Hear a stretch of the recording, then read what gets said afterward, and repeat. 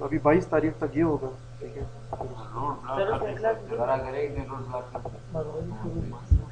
करेंगे करेंगे हम करेंगे। अच्छा,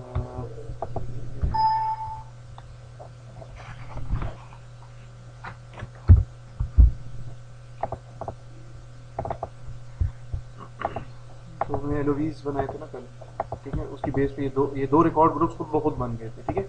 इस पे एलोवीज बने थे। अच्छा, इसमें कैनवस है।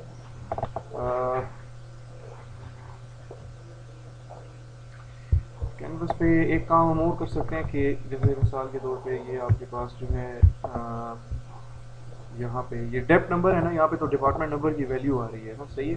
तो आप अगर चाहो तो यहाँ पे डिपार्टमेंट नंबर के अगेंस्ट जो डिपार्टमेंट है उस डिपार्टमेंट का नेम भी अगर आप यहाँ पे दिखाना चाहते हो, ठीक है, एक छोटे से टेक्स्ट फील्ड के अंदर, तो वो भी आप इसके अंदर दिखा सकते हो। बल्कि टेक्स्ट फील्ड नहीं है, इसको हम रख देंगे डिस्प्ले आइटम, क्योंकि हम नहीं चाहते कि इसमें किसी किस्म की कोई भी एडिटिंग हो।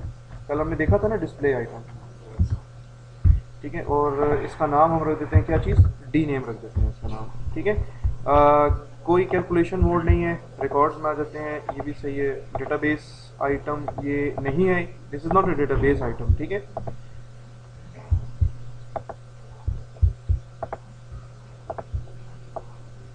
इसमें इसमें जो भी मतलब इस EMP2 के टेबल का ये हिस्सा नहीं है, बस इन शॉर्ट, ठीक है। ये जो आपकी टेक्स्ट फील्ड है, जो भी डिपार्टमेंट नंबर होगा ना उसका डिपार्टमेंट नेम यहाँ पे लिखा हुआ नजर आएगा, ठीक है। तो प्लस ये कि इसकी एक प्रॉपर्टी है फिजिकल के अंदर, ये आपके पास है बेवल की प्रॉपर्टी, इसको मैं कर देता हूँ नन।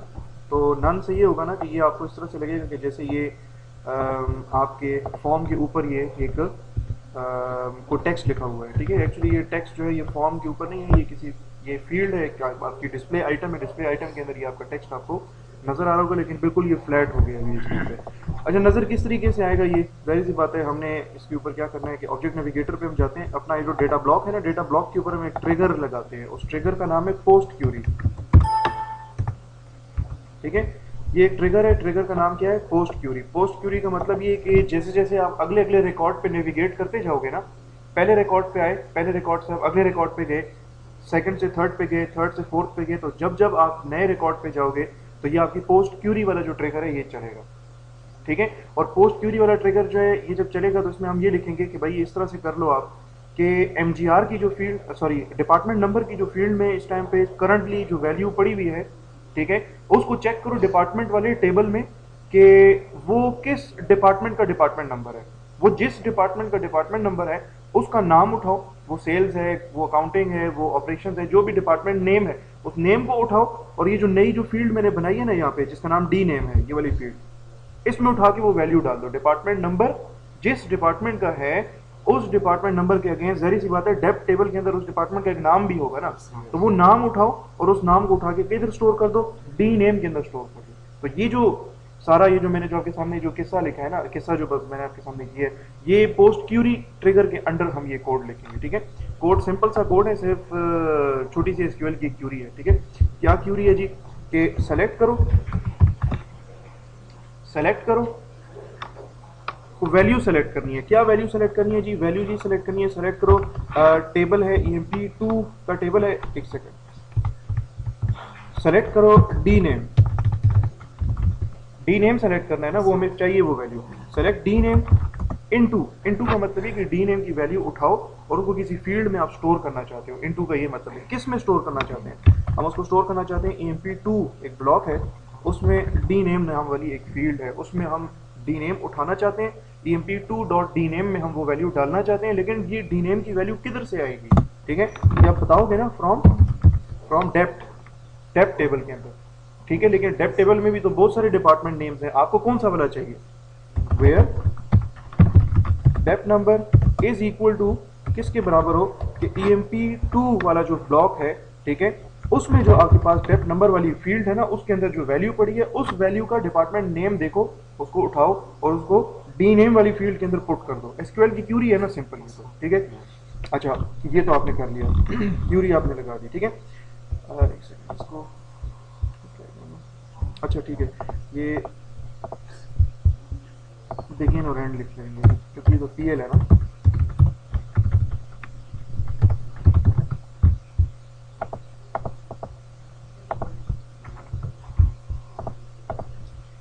डेप्थ DEPT डेप्थ नहीं है टेबल का नाम, ये कनेक्ट नहीं होगा।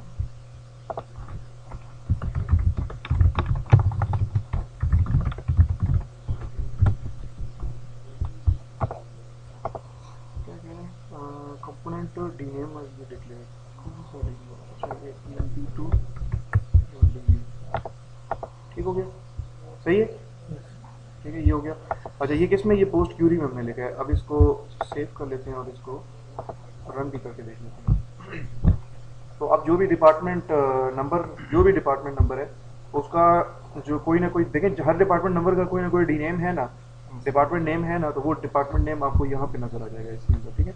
क्यूरी एग्जीक्यूट की 20 डिपार्टमेंट नंबर इज रिसर्च, उसका नाम यहाँ पे नजर आ गया। अगले पे जाएं सेल्स, उसके बाद रिसर्च सेल्स, ठीक है। जो भी डिपार्टमेंट नंबर है 10 है तो अकाउंटिंग लिखा हुआ नजर आ गया, 20 है तो रिसर्च लिखा हुआ नजर आ गया। क्लियर है ये? अच्छा यही काम आप जो है किसके साथ कर सकते हैं, यही सेम जो है आप ये जो MGR वाली फील्ड है इसके साथ भी कर सकते हैं कि भाई मैनेजर का नाम यहाँ पे लिखा हुआ नजर आ जाए, सही है। तो इसी को कॉपी कर लेते हैं और मैं इसको यहाँ पे पेस्ट कर लेता हूँ, ठीक है। और क्या करेंगे, इसका एक तो नाम चेंज कर लेंगे, इसका नाम मैं चेंज कर लेता हूँ, इसका नाम मैनेजर रख देते हैं। ये भी डिस्प्ले आइटम है, ठीक है ना, बाकी से सब कुछ छेड़ने की जरूरत नहीं है।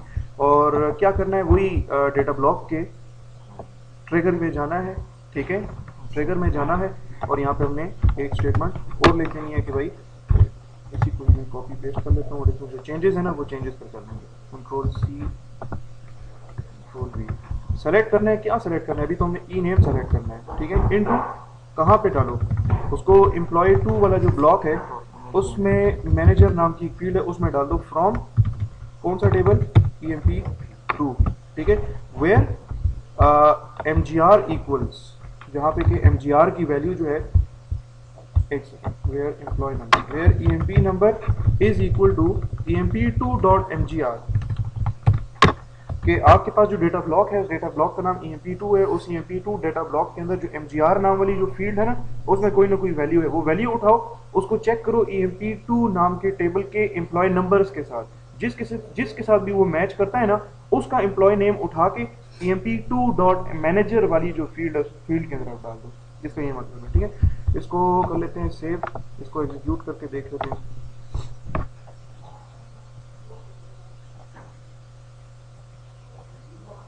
तो अब आपको जो है वो क्या नजर आएगा, मैनेजर का नाम भी नजर आएगा, सही है। ये 7902 कौन है मुझे तो नहीं पता, इसका नाम क्या है, इसका नाम फोर्ड है, ठीक है। इसी तरीके से हर एक बंदे का आपको इसमें नाम नजर आएगा, क्लियर है। ये काम और भी कर सकते हैं, कुछ बंदे ऐसे होते हैं, कुछ बंदे ऐसे हैं, मिसाल के तौर पे 7839 एक बंदा है, ठीक है, 7839 एक बंदा है जो कि प्रेसिडेंट है, इसका कोई मैनेजर नहीं है, इसका कोई मैनेजर नहीं है। तो हमने तो सिंपली ये कहा है कि भाई जिस MGR फील्ड की वैल्यू उठाओ, अगर वैल्यू ही नल है तो फिर क्या होगा, फिर तो ये आपका प्रोग्राम जो है, एक मिनट यहाँ पे देख लेते हैं, 7839 नहीं,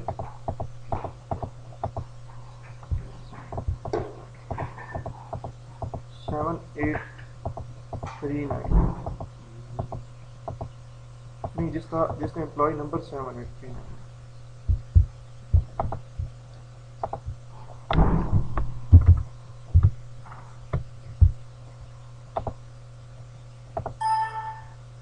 ठीक है। ये क्या कह रहा है कि post query trigger raise unhandled exception, मतलब ये है कि भाई 7839 एक ऐसा एम्प्लॉय नंबर है कि जिसका कोई MGR की वैल्यू ही नहीं है। जब MGR की वैल्यू ही नहीं है तो यहाँ पे मैं क्या वैल्यू उठा के लेके आऊँ, बात समझ में आ रही है ना, ठीक है। तो इसको हैंडल करने के लिए क्या करेंगे कि वही SQL के कोड में चले जाएंगे, ठीक है, और यहाँ पे हम सिंपली इफ स्टेटमेंट भी लगा सकते हैं कि if EMP2.MGR is not null, अगर वो नल नहीं है तो ये काम करो, ये क्यूरी चलाओ, ठीक है। और एंड इफ, समझ आई इस बात की कि अगर EMP2 क्या MGR जो है ना, EMP2 जो डेटा ब्लॉक है उसमें जो MGR की फील्ड है, अगर वो नल नहीं है तो ये क्यूरी चलाओ, ठीक है।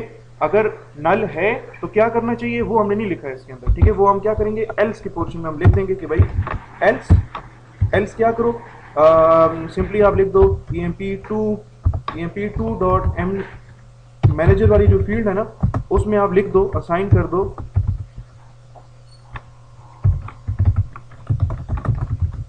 नो मैनेजर, कि इसका कोई मैनेजर नहीं है इस बंदे का। बात समझ में आ रही है? ठीक है, तो ये आपका इफ एल स्ट्रक्चर इसके अंदर आ गया। ठीक है, इसको सेव कर लें, इसको फाइल कर लिया। ठीक है, इसको रन करके देख लें आप अब।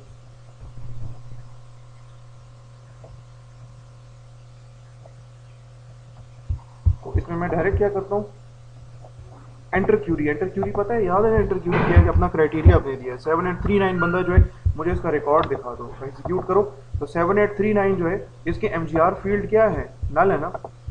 ठीक है, नल है ना इसकी एमजीआर फील्ड, तो इसका मतलब क्या है कि इसका कोई मैनेजर नहीं है। ठीक है, इस तरीके से आप जो है बाकी इसको क्यूरी एग्जीक्यूट कर लेते हैं। ठीक है, बाकी आप जितनी भी रिकॉर्ड देखेंगे उनकी कोई ना कोई मैनेजर की फील्ड में वैल्यू होगी ना, तो वैल्यू किसी न किसी एम्प्लॉय की होगी और उसका नाम आपको यहाँ पे नजर आएगा। ये क्लियर है? ठीक है, क्लियर है ये। बाकी ये पिक्चर वाला बताया था आपको मैंने, पिक्चर वाला। ठीक है, तो इसमें पिक्चर जो है आपकी,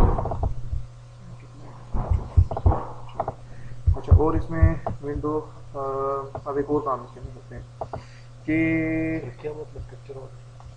वो आप नहीं आए थे उसमें, कल आए थे आप ना, ये उस परसों नहीं आया था ना, मतलब उससे पहले मंडे वाले एक दिन आप बीच में नहीं आए थे। वो पिक्चर लोड करना है इसके अंदर डेटाबेस, वो वीडियो में फिर देखें, वीडियो के अंदर है वो। चलो, इसमें एरर भी आ गया। अच्छा, इस तरह करते हैं कि इसको उड़ा देते हैं, इसको भी मैं यहाँ से हटा देता हूँ, और ये एक्सप्लेन एडिटर है, बल्कि ये पूरे का पूरा जो ट्रिगर है, ये ट्रिगर भी हटा देते हैं। पोस्ट क्यूरी, अच्छा अब ये जो डिपार्टमेंट नंबर है, अच्छा ये जो डिपार्टमेंट नंबर है, मैं नहीं चाहता कि इसमें मुझे डिपार्टमेंट नंबर नजर आए। मैं चाहता हूँ कि कॉम्बो बॉक्स हो, उस कॉम्बो बॉक्स के अंदर मुझे डिपार्टमेंट्स के नाम नजर आने चाहिए। ठीक है, तो दो तरीके हैं, एक इनएफिशिएंट तरीका है और एक एफिशिएंट तरीका है। इनएफिशिएंट तरीका ये कि आप हार्ड कोड कर ले, आप बता दें इसको। सबसे पहले तो क्या करना है, इसकी हमने टाइप चेंज करनी है, इसकी टाइप हमने रखनी है लिस्ट आइटम, कॉम्बो बॉक्स में आ जाए। ठीक है, नंबर 2 हार्ड कोड कर ले भाई, इधर आप बता दें कि इस के एलिमेंट्स क्या क्या हैं। ठीक है, तो वो क्या होगा, वो हार्ड कोडेड होगा, वो अपडेट नहीं हो पाएगा। अपडेट तभी होगा जब आप खुद इसके अंदर कोड के अंदर चेंज करेंगे। ठीक है, मिसाल के तौर पे जैसे अभी 4 डिपार्टमेंट्स हैं, आप 4 डिपार्टमेंट की इंफॉर्मेशन इसमें डाल देते हो। ठीक है ना, कल को एक डिपार्टमेंट और ऐड हो सकता है, इसकी कोई गारंटी नहीं है कि नहीं ऐड हो सकता। तो जब ऐड होगा तो क्या हम बार बार कोड के अंदर जाएंगे और लिखेंगे कि भाई ये नया डिपार्टमेंट एक आ गया है? देखें, आप एक तरीका तो ये है कि आप लिख दें जी के अकाउंटिंग, ये डिपार्टमेंट का नाम है, ये आपको नजर आएगा उसके अंदर। ठीक है, एक डिपार्टमेंट का नाम सेल्स है, एक डिपार्टमेंट का नाम ऑपरेशंस है। ठीक है, इसी तरीके से बाकी डिपार्टमेंट एक और है, उसका नाम निकल गया, उसको देख लेते हैं इसमें।